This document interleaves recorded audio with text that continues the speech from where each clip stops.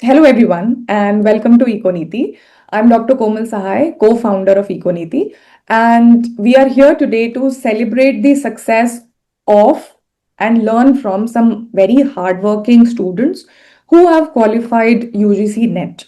All right. So, as you know, UGC NET is a national level examination, and once you qualify for that examination, it makes you eligible for teaching and funded research all across the country, all across India, in state universities, colleges, central universities, everywhere, as well as it gets you a priority admission, right, in top universities and research institutions. So it's a big exam, and qualifying it is sure short mark that you have worked hard and you have worked right. So today we have with us a few very talented youngsters who have qualified for this prestigious examination. And the purpose of this session, आज जो हम ये session कर रहे हैं, इसका एक ही purpose है कि हम इन बच्चों से जिन्होंने अभी अभी अभी रिजल्ट आया और अभी अभी क्वालिफाई किया है, we can learn from them. So we first of all understand कि भाई इनका जो भी प्रेपरेशन स्ट्रेटेजी था वो कैसा था. क्या इन्होंने किया, कब से प्रिपेयर कर रहे हैं, कितना टाइम लगा, कितना टाइम डेडिकेट किया, what worked for them, what did not work for them, है ना. क्या इश्यूज आए, क्या मे बी मिस्टेक्स हुए which they don't want to repeat, and what advice they would like to give for the aspirants now जो अभी जून जुलाई वाला cycle target कर रहे हैं. So the purpose of this session is to give some strategy and value addition to this upcoming batch of aspirants, and we have like freshly qualified people with us, so their advice for you will be very relevant, it will be very current, and इसको directly उठा के आप अपने preparation strategy में लगा सकते हैं. ठीक है. So अभी let's get started.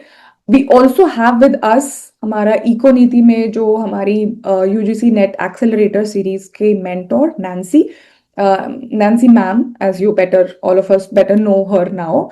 So she is also here with us, and she will also be conducting this session with me. Our other mentor, unfortunately, Manvi ma'am, she could not be with us today because she had other engagements, but she has sent all her best wishes to us.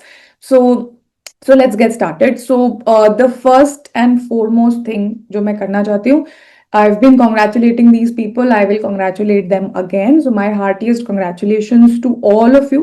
तो बहुत बहुत बधाई. And the first question that I want to ask के बताओ कि कैसा लग रहा है. हाँ, so what did you feel when you first saw the result? सबसे पहले क्या आया दिमाग में? So Jeva. I'll actually start with Jeva. The reason is that Jeva is a special student. A lot of you don't know Nancy is also our student and Jeva is also our student. So Nancy ma'am आपकी वो भी हमारी student है और Jeva भी हमारी student रह चुकी है. And these are very special students because these were our students of the first ever batch that we have. Both of them enrolled for the economic service preparation exam with us. और उसके बाद से they have been continuing with us in various formats. और Nancy तो अभी formally has been engaged with us.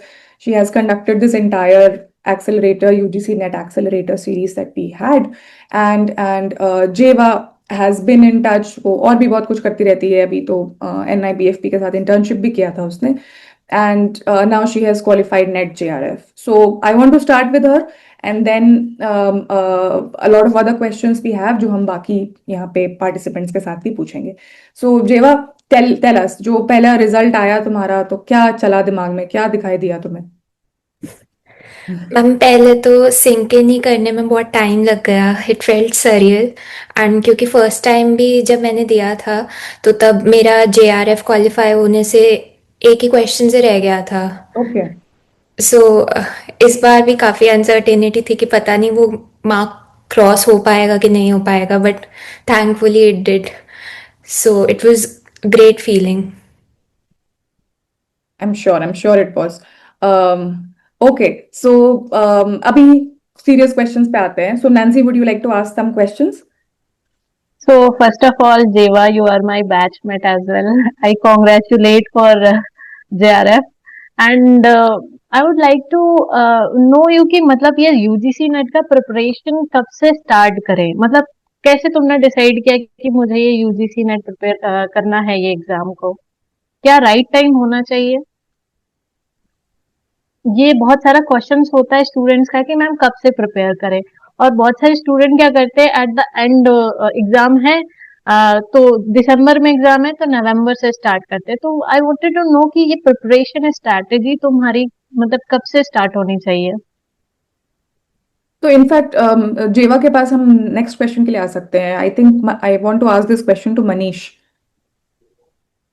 Manish, are you able to hear me? हाँ। Yes, ma'am. Hmm. Sorry, ma'am. What was the question again? So Nancy ma'am The is question was basically that asking. हाँ, कि go ahead. Question ये है कि ये UGC net का preparation हम कब से स्टार्ट करें, कि राइट टाइम क्या है उसका प्रिपरेशन का? जस्ट बिकॉज हमारा एग्जाम अभी जून में है, जून एंड जुलाई के एंड में है, तो हमें कब से स्टार्ट करना चाहिए इसको?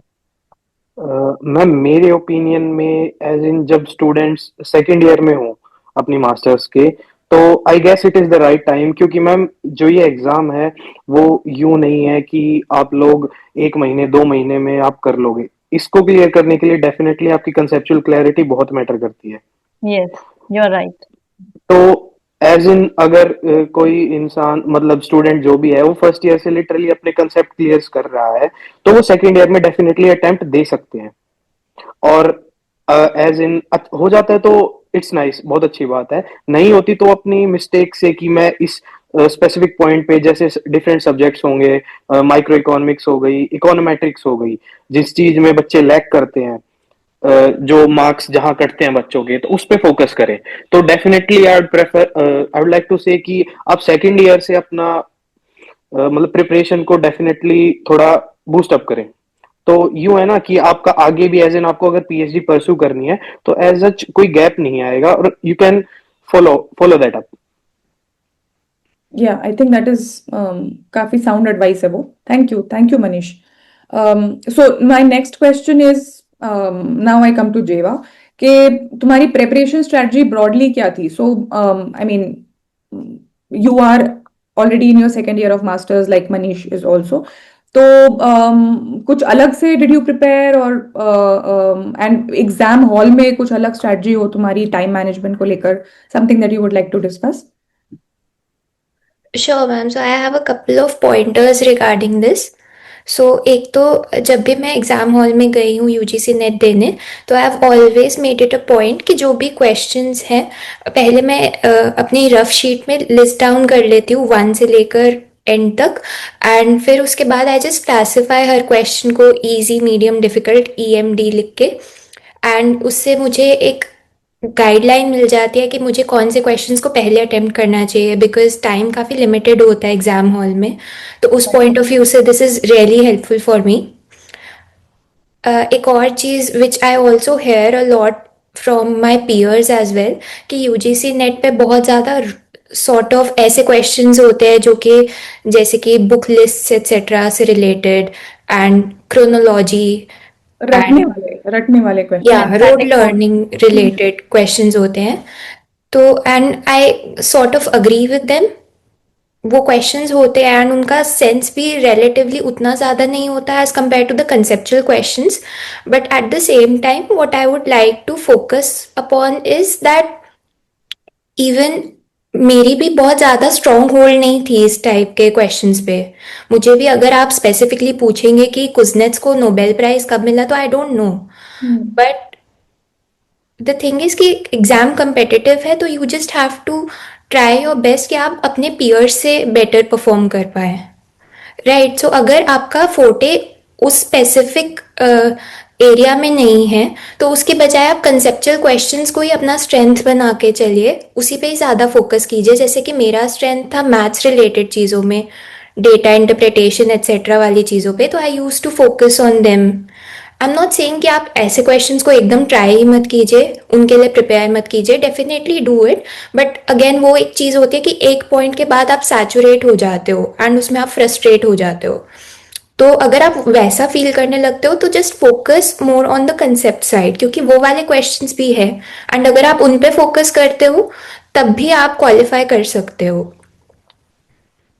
दैट्स वेरी हेल्पफुल एक्चुअली, क्योंकि हमें ये एग्जाम टॉप नहीं करना है, हमें सिर्फ बाकियों से बेहतर करना है. So we just need to focus on what our strength is, right?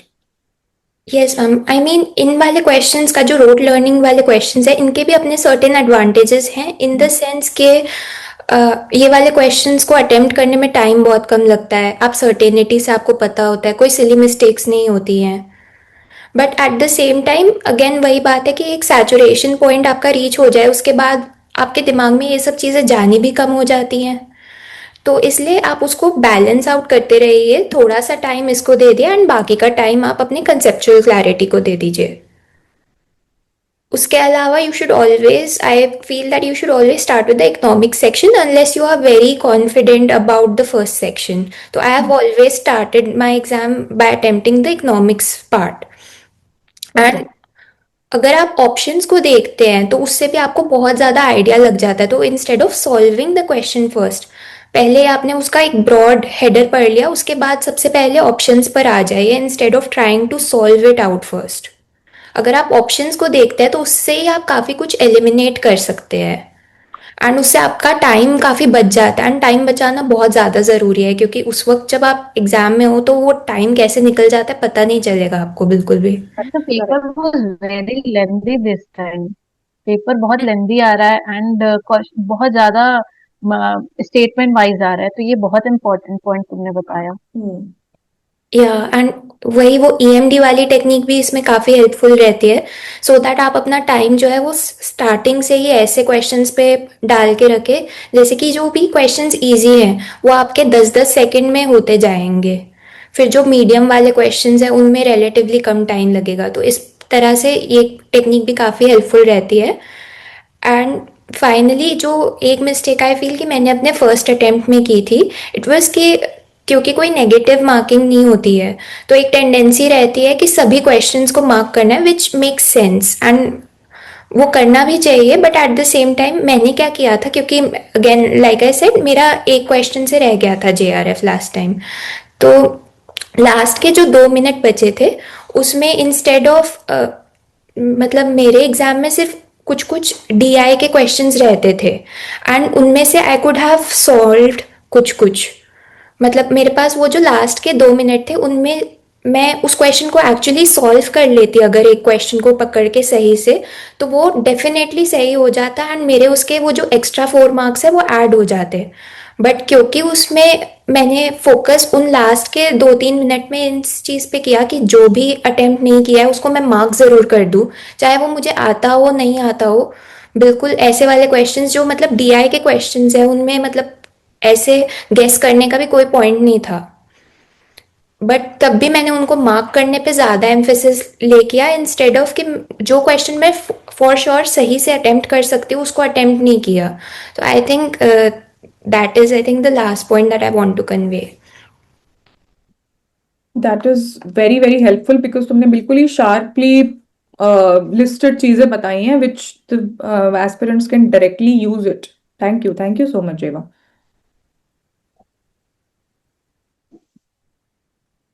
Okay, जेवा ने जो पॉइंट्स बताया मैम वो बहुत ज्यादा इम्पोर्टेंट पॉइंट्स है, जो कि हर एक जो जेआरएफ कर रहे हैं, आई मीन जेआरएफ जिनका नेट हो गया है एंड जेआरएफ से कुछ पॉइंट्स रह जा रहे हैं, उनको ये पॉइंट बहुत ज्यादा इम्पोर्टेंट है, उस पर फोकस करना चाहिए। क्योंकि डीआई के क्वेश्चन जब मैंने प्रिपरेशन की थी तो मुझसे भी नहीं हो पा रहे थे, और फिर मतलब उसमें गेस करना आई थिंक कि सही नहीं रहता है। एंड लेंदी पेपर पेपर इतना ज्यादा लेंदी रहता है कि यू कैन नॉट इमेजिन कि वो 3 घंटे कैसे चले गए। सो इसी के फर्दर मेरा एक फॉलो अप क्वेश्चन है कि व्हाट आर दी चैलेंजेस, कि बहुत क्या चैलेंजेस है जो एग्जाम इस प्रिपरेशन में हमें फेस करने पड़ती है। So I would like to ask Yashi, what are the challenges? Yes ma'am. तो मैम सबसे बड़ा जो चैलेंज होता है वो होता है टाइम मैनेजमेंट। क्योंकि ऐसा होता है कि हमें नॉलेज तो है, हम लोग पढ़ के भी गए हैं, बट टाइम मैनेज नहीं हो पाता, हमारा पेपर कंप्लीट नहीं हो पाता। तो मेरा जो फर्स्ट टाइम जेआरएफ था वो इससे रह गया था, बट इस बार मैंने थोड़ा टाइम मैनेज सही से करने की कोशिश की, तो मुझे लगता है ये सबसे बड़ा चैलेंज आता है। ओके, सो मतलब टाइम कैसे, how did you manage, did you like practice more, मॉक्स वगैरह दिए? Yes ma'am. मैम जो सबसे पहले जिसमें जो क्वेश्चंस मुझे आते थे वो मैंने अटेम्प्ट किए, फिर मैंने जो कैलकुलेशंस वाले क्वेश्चंस थे वो फिर मैंने अटेम्प्ट किए। सो आई थिंक ब्रॉडली जो जेवा ने बोला उस similar strategy you also followed के जो जो आ रहा है वो फटाफट मार्क करो and then you go to the yes ma'am. Medium level. Yes yes yes. So I think ये स्ट्रेटजी काफी यूजफुल रहती है for multiple people. Thank you, Yashi. So the next question that I want to ask is that जैसे तुम लोग जो preparation करते हो तो what kind of resources did you find the most useful?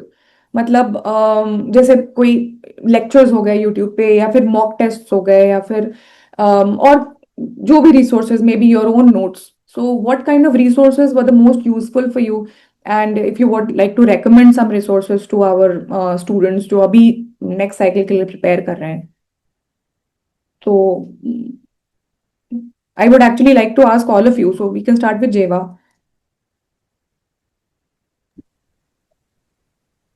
Ma'am I think past year सबसे important resource रहता है, एंड वंस पास्ट ईयर्स हो जाए तो उसके साथ साथ में फिर कंसेप्चुअल क्लैरिटी के लिए you can definitely look at lectures.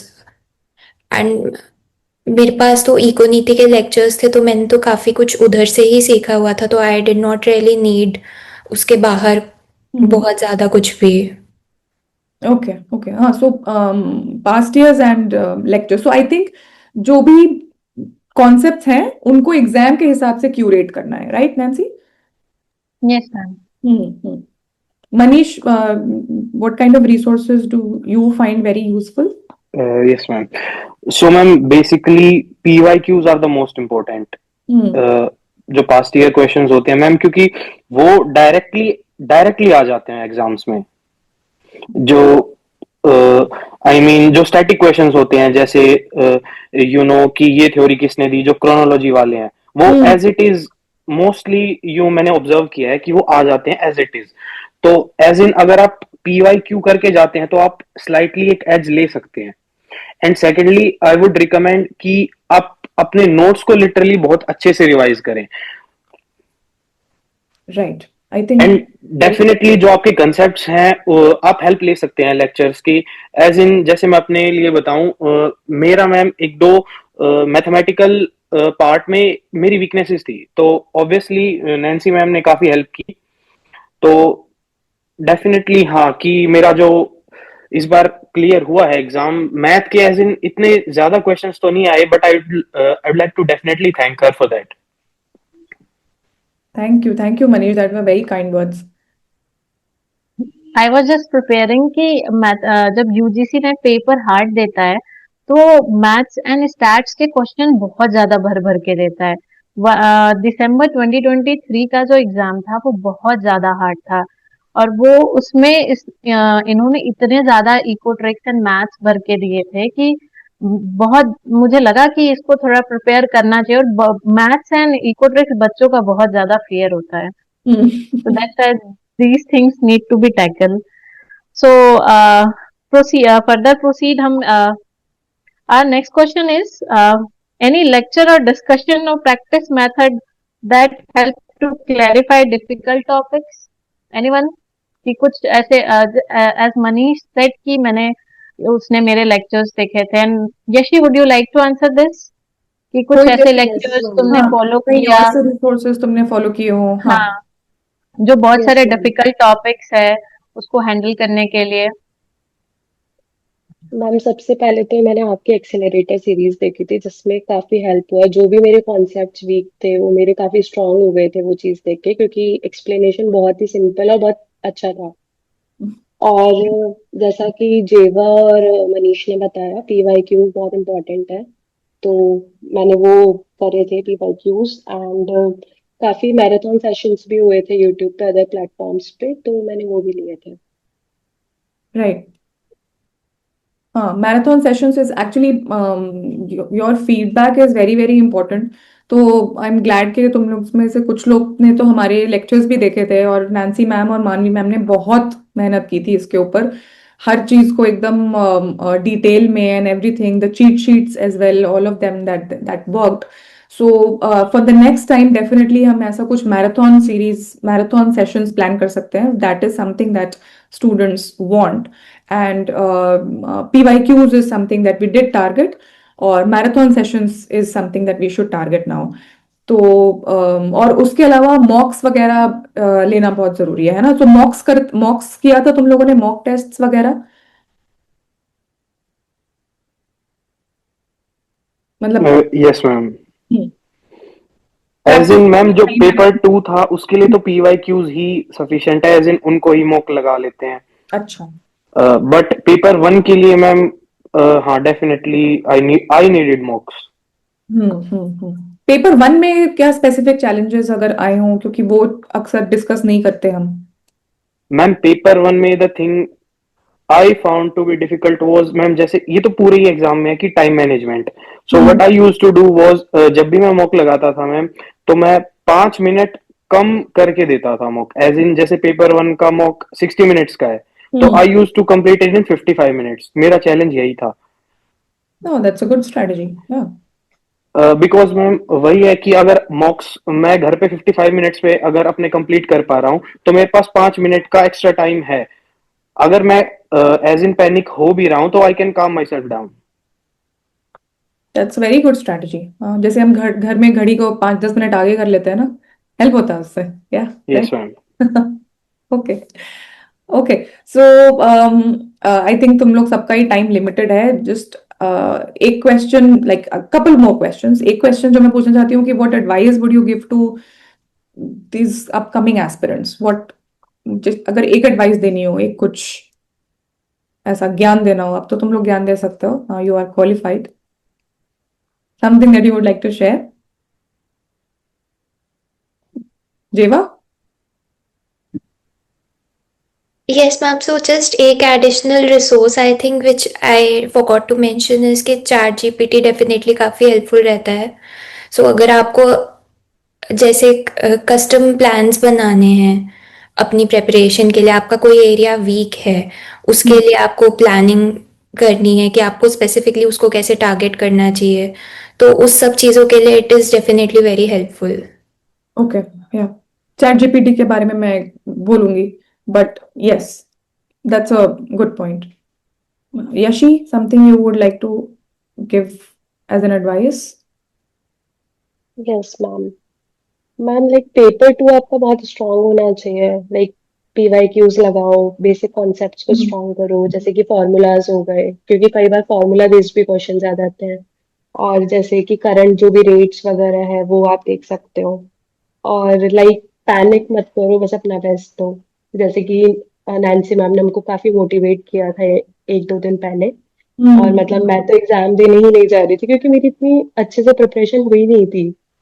And I was really afraid, but ma'am के जो वर्ड्स थे वही मुझे याद आ रहे थे एग्जाम हॉल में, कि बस पैनिक नहीं होना, जो करना है पॉजिटिवली करना है बस. तो पॉजिटिव माइंडसेट रखना भी जरूरी है, मतलब प्रिपरेशन के साथ साथ. That's very important. Yes.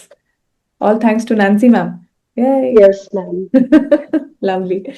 Manish, आप भी मैम आई वुड कुछ. Like to advice. हाँ नहीं, हाँ अभी तुम्हारा एडवाइस तुमने बढ़ा हाँ दिया. अभी हम हाँ, जो, मैंने तो पढ़ा दिया हाँ, मनीष. अभी इन्होंने क्या सीखा है वो हमने सुनना है. हाँ. Ma'am I would like to suggest कि बैलेंस मेंटेन करना बहुत जरूरी है. As in balance in the sense कि जैसे मैम ने बताया कि जो दिसंबर 2023 में एग्जाम आया था वो बहुत मैथमेटिकल बेस्ड था. हम्म. उसमें स्टैट्स, इकोनोमेट्रिक्स काफी पूछी गई थी.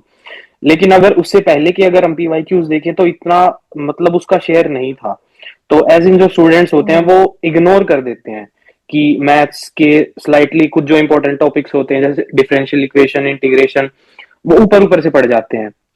लेकिन जब वो दिसंबर में एग्जाम आया था, तो सब चौंक से गए थे कि, लेकिन उसके बाद उन्होंने स्ट्रेटेजिकली थोड़ा शेयर कम किया.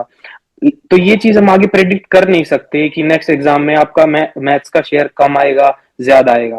तो Correct. वो बैलेंस बैलेंस आउट करना बहुत जरूरी है. और दूसरी चीज की जो रिपोर्ट्स होती हैं, डेटाज होते हैं, जैसे RBI की मॉनेटरी पॉलिसी होगी, और जो अदर रिपोर्ट्स होती हैं, सर्वे, बजट, उनका डेटा रिवाइज करना, याद करना बहुत जरूरी होता है. क्योंकि वो directly as it is question में आ जाता है कि कैपिटल Yes. एक्सपेंडिचर इस बजट में कितना था, तो यू शुड नो दैट। अगर हम इकोनॉमिक्स के स्टूडेंट्स हैं तो we should definitely know that. Very important. Correct. Yes ma'am. Yeah. Thank you so much. I'm not sure if Priya can hear us. If Priya, you can hear us, then probably Nancy will ask you the last question. Otherwise, we'll ask someone else. So, my next question is कि after that, अब net तो हो गया, JRF हो गया, I mean, what your next academic कि अभी अब क्या करना है? क्या plans हैं? Just हाँ, क्या प्लान्स है? क्योंकि ऐसा होता है ना कि नेट हो गया, JRF हो गया, अब हमें PhD में एडमिशन लेना, तो उसके लिए उसका प्लानिंग क्या क्या है? एंड आई मीन क्या प्रोसेस है? या कुछ प्लान किया है अभी तक या नहीं किया है? ऐसा भी हो सकता है कि नहीं किया है अभी. कहाँ एडमिशन लेना है, कहाँ नहीं लेना है, ये बहुत इंपॉर्टेंट होता है. Anyone, you have any plans you want to share? जिनका नेट एंड JRF हो गया है, तो well and good go for the IIMs, because उसके फॉर्म्स आ रहे हैं, वो JRF पे ही लेते हैं. And I would like to add कि अगर नेट भी हो रहा है तो try for IITs, they give fellowship on NET also, and around 37 and 40 के अप्रोक्स फेलोशिप मिलते हैं, तो दैट्स गुड कि अगर आप नेट भी निकाले हो तो you are stand in a very good position. Yeah, so anything else anyone wants to add? Because these are all the questions that we had for you. तो हमने तो अपने जो पूछने थे पूछ लिए. I think whoever will watch this who are targeting the June July cycle, उनके लिए बहुत ही यूजफुल एंड प्रैक्टिकल एडवाइस हमको यहाँ पे मिला है. A lot of tips, a lot of strategy, preparation strategy that we have gotten. And Yes, we ma'am, I would like to add few things in जैसा मनीष ने कहा कि बैलेंस आउट करना बहुत ज्यादा इम्पोर्टेंट है, कि वो क्या क्या पता कि वो कौन सा सेक्शन उठा के दे देंगे. तो इस बार growth and development in Indian economy बहुत ज्यादा आया था, क्वेश्चंस बहुत ज्यादा आए थे. तो हमें अपनी स्ट्रैटेजी जून के लिए ऐसी रखनी चाहिए कि हम सारे सब्जेक्ट को थॉरली पढ़े. ऐसा ना करें कि हमने इकोट्रिक्स छोड़ दिया कि पिछली बार नहीं आया था तो इस बार तो इकोट्रिक्स हम ड्रॉप आउट करके जा रहे हैं, 4-5 ही क्वेश्चन आएंगे, क्या पता कि वो बहुत ज्यादा आ जाए. इंटीग्रेशन आज से 10 साल पहले, आई थिंक 2022 में ये पहली बार क्वेश्चन आया था, उससे पहले 10 साल तक कभी इंटीग्रेशन नहीं पूछा था. एंड आफ्टर दैट इंटीग्रेशन के हार्ड क्वेश्चंस पूछने स्टार्ट किए. तो आई वुड सजेस्ट कि हर एक सेक्शन को आप बहुत अच्छे से पढ़िए, क्या पता वो कुछ यूनिट्स को उठा करके बहुत ज्यादा पूछ ले. एंड जून के लिए आपको बहुत ज्यादा PYQs अच्छे से सॉल्व करने हैं. एज आई मेरी जो UGC नेट एक्सीलरेटर सीरीज थी उसमें मैंने बहुत ज्यादा थॉरली कराया था मैम. एंड एक क्वेश्चन से कैसे सारे क्वेश्चंस टॉपिक्स को कवर किया वो भी बताया था. मानवी मैम ने एलिमिनेशन मेथड बताया था, विच इज मतलब बहुत अच्छा स्ट्रैटेजी है कि अगर आप जून में इसको दे रहे हो. तो आई वुड लाइक टू से कि आप ऐसे ही PYQ सॉल्व करो और उससे जितने हो सकते हैं क्वेश्चंस, जितने टॉपिक कवर अप हो सकते हैं वैसे कवर अप करने की कोशिश करो, तो आपके लिए जून के लिए अच्छा रहेगा. Yes, wonderful. Yeah. और मैं एक चीज ऐड करना चाहती हूँ विच आई फॉरगॉट, जो कि जेवा ने मेंशन किया about ChatGPT. Something that I want to say, ChatGPT yes very useful, but always remember कि चैट जीपीटी या कोई भी आप AI टूल मॉडल यूज करते हैं, be very smart about using it. Do not rely on it अंधाधुन के हमें जीपीटी ने बताया तो हाँ, हम वो उसी भी ऐसे बोलता है, oh I got it, yeah. Just So like ऐसे. it is very confident in giving you wrong information, wrong advice, and made up information. तो हमेशा ही Yeah. चैट जीपीटी को एज एन असिस्टेंट ट्रीट करना है. उसको वैसे नहीं ट्रीट करना है कि वो डिसाइड करे और तुम फॉलो करो. It you have to be very clear about what you want and then you treat it as an assistant कि मेरे को ये चाहिए, मेरे को इसमें असिस्ट कर दो, मेरे को प्रॉब्ली गाइड कर दो, लेकिन मेरे लिए प्लान बनाओ मत और मुझे मत बताओ क्या करना है. So you have to be very smart about it. ये बहुत ही फाइन लाइन है And it's a wonderful assistant if you use it correctly. It can be disastrous if you do not recheck, if you do not double check, if you do not check whether it is hallucinating or not. तो क्योंकि जेवा ने mention किया इसीलिए मैं ये बात बोलना चाहती हूँ. Out of topic, out of context, this is, I mean, relevant for anything that you are doing with ChatGPT, but I just want to put it out there. ChatGPT हो या कोई भी AI model हो, हमेशा ही be in charge of your decision, of your information, and of what you want to do with whatever it is suggesting. Or last thing that I want to say is that at Econiti also we got this suggestion that about the marathon series, something that we will definitely try to bring up for the next time. June July cycle के लिए तो हम जरूर करेंगे ये. And again, thank you all of you for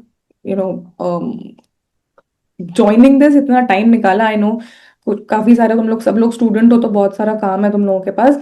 So that's it from our side, and thank you so much for joining, and thank you all of you for watching this, and we will see you in some next video soon. Okay, so thank you guys, and Thank you, congratulations. ma'am. Thank you.